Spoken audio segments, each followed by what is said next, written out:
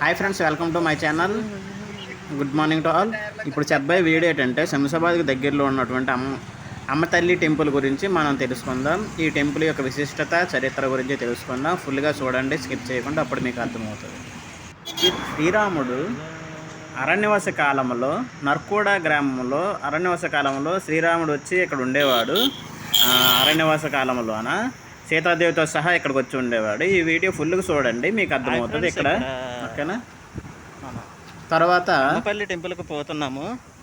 దీని విశిష్టత ఏంటంటే, అమ్మపల్లి టెంపుల్ సీతారాముల సమేతంగా సీతాదేవితో సమేతంగా ఇక్కడ అరణ్యవాస కాలంలోన ఇక్కడ ఉండేవారంట.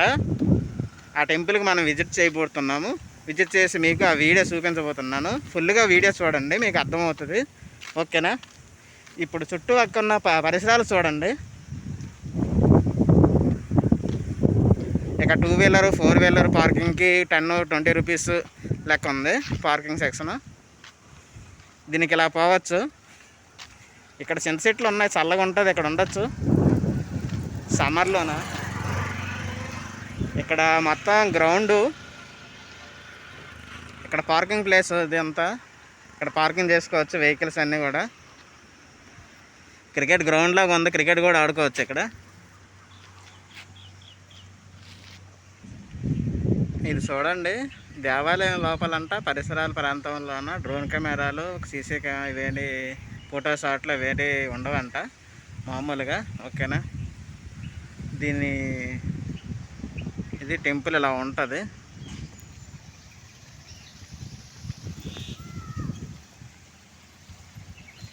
అది టెంపుల్ కనబడుతుంది కదా, గోపురం కదండి, కన్స్ట్రక్షన్ అవుతుంది. అది టెంపుల్.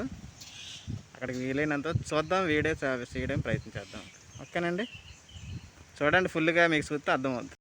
ఈ మర్రిచెట్టు దగ్గర మనము ఏదైనా మొక్కుకొని పెడితే కోరిన కోరికలు తీరుతాయంట. మళ్ళీ తర్వాత ఇక్కడ కళ్యాణ మండపాలు కూడా, కళ్యాణం కూడా చేసుకుంటారు చాలామంది. వెళ్ళి కళ్యాణం కూడా చేసుకోవచ్చు. ప్రజెంట్ అయితే ఇక్కడ కన్స్ట్రక్షన్ అవుతుంది కనుక ప్రజెంట్ అయితే ఏది నాట్ అలౌ. కన్స్ట్రక్షన్ అయిపోయిన తర్వాత ఇదంతా అలౌ చేస్తారు. ప్రజెంట్ అయితే ఏం లేదు ఇక్కడ. తర్వాత ఇప్పుడు చాలా ఇది పురాతన దేవాలయం కనుక ఇక్కడ రీమోడలింగ్ జరుగుతుంది. ఈ రీమోడలింగ్ అయిపోయిన తర్వాత కళ్యాణం గట్రా అన్నీ చేసుకుంటారు. ఇక్కడ ఈ ప్లేస్లో కళ్యాణం చేసుకుంటారు. కళ్యాణ మండపం కూడా ఉంది. ఫోటో షూట్స్ కూడా, వీడియో షూట్స్ ఈ ప్రజెంట్ అయితే నాట్ అలవ్. ఎందుకు రీజన్ ఏంటంటే అక్కడ రీకన్స్ట్రక్షన్ అవుతుంది కనుక నాట్ అలవ్ అనమాట అక్కడ. దీని బ్యాక్ సైడ్ చూడండి, పురాతనమైనది కనుక ఇక్కడ బాగా శిథిలావస్థకు చేరుకొని బాగా చేరుకొని దాన్ని కూడా తర్వాత రీమోడలింగ్ చేసి మంచిగా చేస్తారంట. అడిగితే వాళ్ళు చెప్పింది అదే చెప్పారు. తర్వాత ఏంటంటే ఆలయం బయట గోపురం చూడండి, రాజగోపురం అంటారు కదా. అక్కడ పైన 1 2 3 4 గోపురాలు ఉంటాయి. స్టార్టింగ్ నుండి అక్కడ చివరి వరకు రాజగోపురం చూస్తే చాలా మంచిది, పుణ్యం కూడా. ధ్వజస్తంభం చూడండి, ధ్వజస్తంభానికి ఇక్కడ మొక్కుకుంటే కోరిన కోరికలు కూడా నెరవేరుతాయంట. ఇక్కడ మనం చాలామంది ఏంటంటే తలనే ధ్వజస్తంభానికి పెట్టి కోరిన కోరికలు కూడా తీరుతాయని ధ్వజస్తంభాన్ని పెట్టి మొక్కుకుంటారు చాలామంది. తర్వాత విషయం ఏంటంటే ఆలయం లోపల చూడండి, ఈ స్తంభాలు ఈ చివరండి ఆ చివర మొత్తం 108 స్తంభాలు ఉంటాయి. ఓకేనా. మొత్తం కూడా అన్నీ కూడా ఇక్కడ పురాతన దేవాలయం కనుక ఇక్కడ మనం ఏంటంటే శిథిలావస్థకు చేరుకుంటుందని రీమోడలింగ్ చేస్తున్నారు. లోపల ఆలయం దేవుడిని వీడియో తీద్దామని ట్రై చేశాను, కానీ వీలు అవ్వలేదు. ఎందుకంటే తీయకూడదని అన్నారు లోపల. అందుకనే మీకు బయట నుండి చూపిస్తున్నాను. వెళ్తే చాలా మంచిది, చాలా పురాతనమైన దేవాలయం కూడా ఇది. శ్రీరామచంద్రుడు సీతాదేవితో సహా ఇక్కడికి వచ్చి అరణ్యవాస కాలంలో ఇక్కడ బస చేసేవారు. తర్వాత ఇక్కడి నుండి పక్కన ఒక దేవాలయం కూడా ఉంది. అక్కడ మీకు ఆ వీడియో కూడా చూపిస్తాను. అక్కడేమో శ్రీరామచంద్రుడు అంట శివుడికి పూజ చేసేవాడు. అరణ్యవాస కాలంలో వచ్చి అక్కడ పక్కన శివుడికి పూజ చేసేవారు సీతాదేవితో సహా. చాలా మంచిది, మహంగాల దేవాలయం ఇది.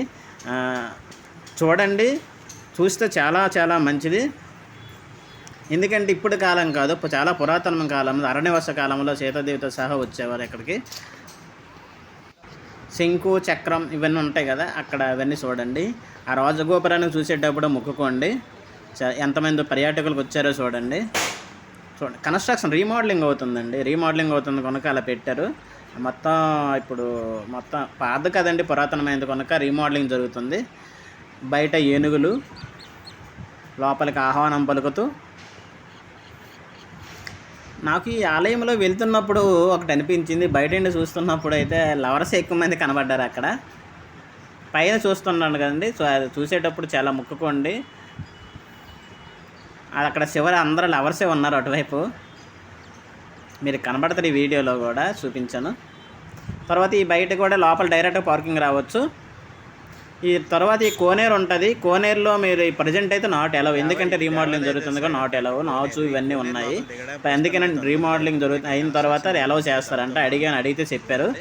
అక్కడ మొత్తం ఆ స్తంభాలన్నీ అంత మొత్తం టోటల్గా అన్నీ కూడా రీమోడలింగ్ జరిగిన తర్వాత వాటర్ కూడా తొలగిస్తారంట. తొలగించిన తర్వాతే మనకి ఎలవ్ చేస్తారంట. అక్కడ గుండం కూడా ఉంది, దాంట్లో కూడా నాట్ ఎలవ్ అంట ప్రస్తుతానికి అయితే. అందుకే మీకు దూరం నుండి చూపించడం జరుగుతుంది, దగ్గరికి అర్థమవుతుంది. తర్వాత ఇది అయిపోయిన తర్వాత మనం మళ్ళీ వెళ్ళి వీడియో తీసి మీకు వీడియోని మీకు అందుబాటులో తీసుకొస్తాను. కట్టడం అంట చూడండి ఫ్రెండ్స్, ఇది ప్రజెంట్ అయితే శిథిలావస్థకు చేరుకుంది. రాజగోపురం అంట స్టార్టింగ్ ఇది ప్రస్తుతానికైతే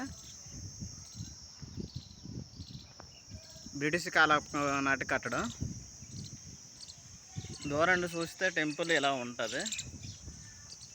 లోపలికైతే ఫోటో తీయడం అది ఎంట్రీ లోపలికి వీడియోకి ఫోటో లోపల దేవుడికైతే వీడియో తీయడం కానీ గట్ట ఎలవలేదు, అందుకే తీయలేదు. ఇక్కడ చుట్టుప్రక్కల చూడండి పరిసరాలు. లోపల వరకు వెహికల్స్ వస్తాయి. వెహికల్స్ వచ్చి వెహికల్ పార్కింగ్ గట్ట ప్లేస్ అంటే ఇది పార్కింగ్ చేసుకోవచ్చు.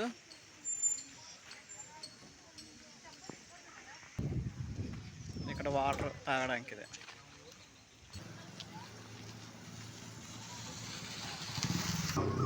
రామకోట స్తంభం అంట చూడండి ఫ్రెండ్స్.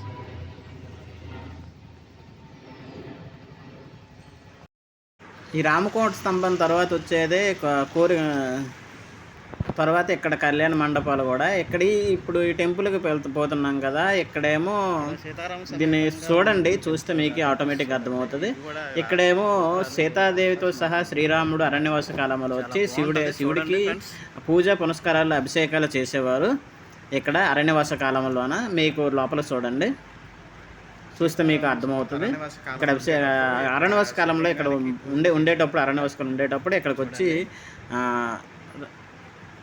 చేసేవారు. చూడండి, దర్శించుకుంటే చాలా మంచిది. ఓకేనా. ఆలయం బయట ప్రకృతి ఎలా ఉందో చూడండి, తర్వాత మీకు చూపిస్తున్నాను. ఇక్కడ కొబ్బరి తోటలు ఉన్నాయి. కొబ్బరి తోటలు ఫుల్గా కొబ్బరి తోట చాలా చల్లగా ఉందండి. వెళ్తే మాత్రం అక్కడ ఉండిపోవాలనిపిస్తుంది, అక్కడే ఉండిపోవాలనే ఇది అనిపిస్తుంది. చాలా చల్లగా ఉంది బయట. అక్కడ తిరుగుతున్నంతసేపు కూడా ఎంత సమ్మర్లో కూడా చాలా చల్లగా ఉంది, ఏసీలో ఉందండి. అక్కడ చాలా చని కట్టు కడితే కోరిక తీరుతుందని అంటారు.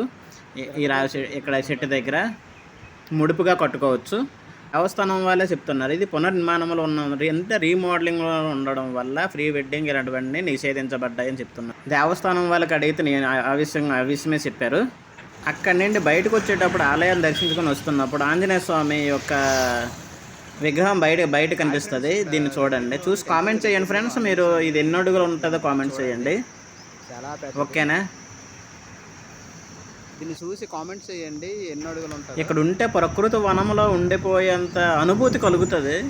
మీరు ఒకసారి వెళ్తే మళ్ళీ వెళ్ళాలని అనిపించే అంత ఇది మీకు కుతూహలత పుడుతుంది. లైక్ చేయండి, షేర్ చేయండి, సబ్స్క్రైబ్ చేయడం మాత్రం మర్చిపోవద్దు. Thank you all of you. Bye friends.